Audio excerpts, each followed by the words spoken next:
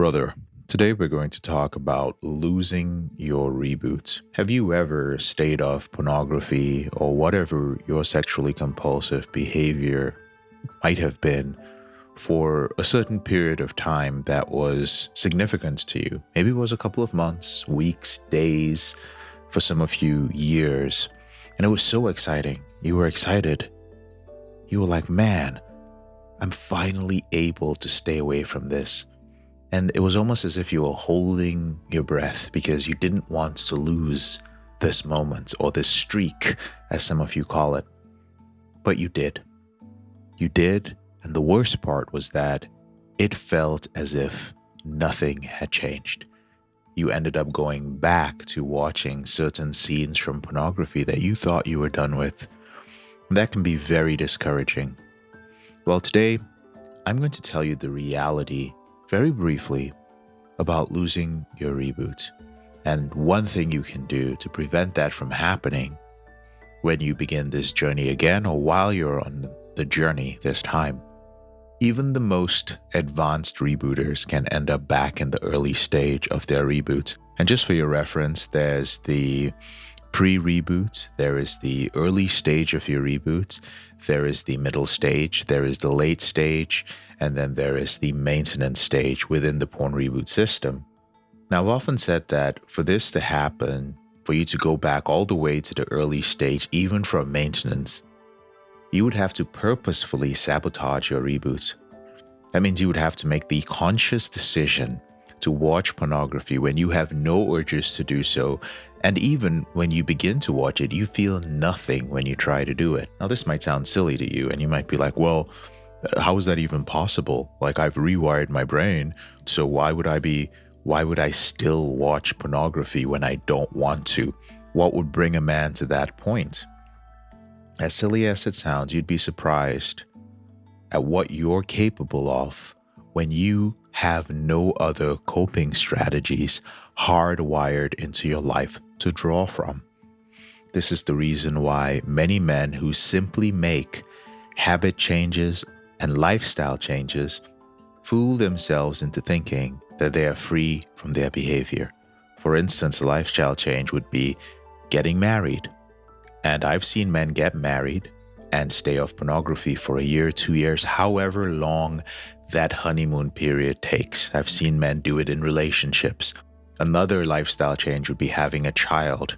Some men do this within a relationship too, to save the relationship or to move it to the next level because they're not comfortable with where they are in the relationship, not because both parties actually want a child. Other lifestyle changes could be a change in your financial situation, maybe getting a raise, making a little bit more money. All of these things are temporary because your lifestyle can change.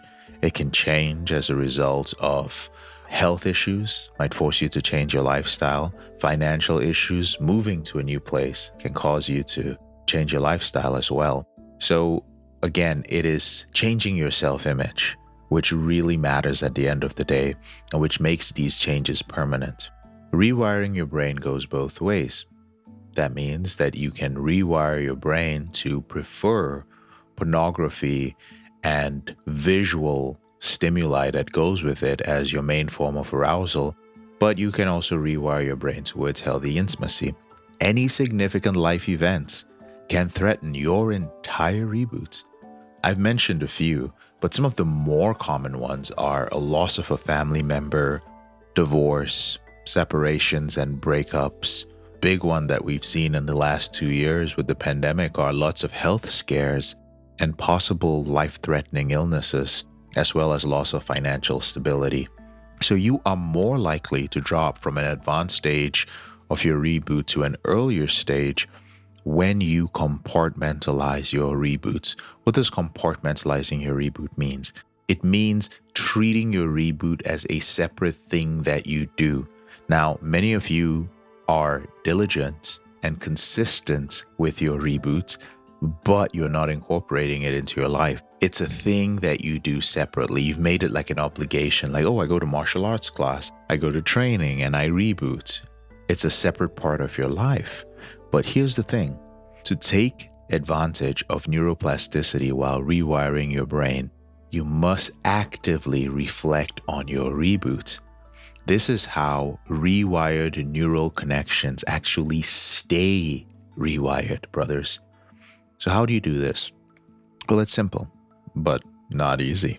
You take the lessons and the insights that you've learned via analysis of data from slips, from relapses, from journaling, from studying reboot material, feedback from accountability partners, exercises assigned by coaches, and then you apply these to your daily life every day whenever you have the opportunity.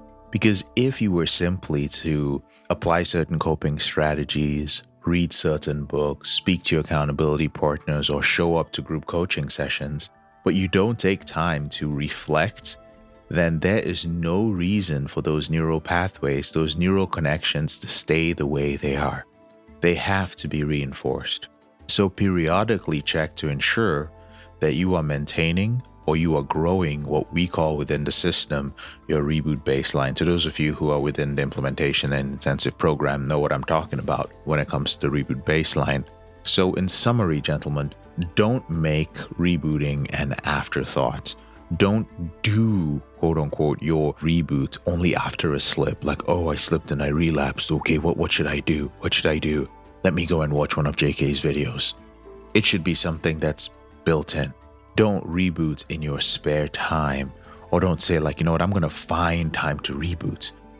Remember, as you progress through the different stages, rebooting becomes a lifestyle and a self-image change. End your behavior permanently and never return to it.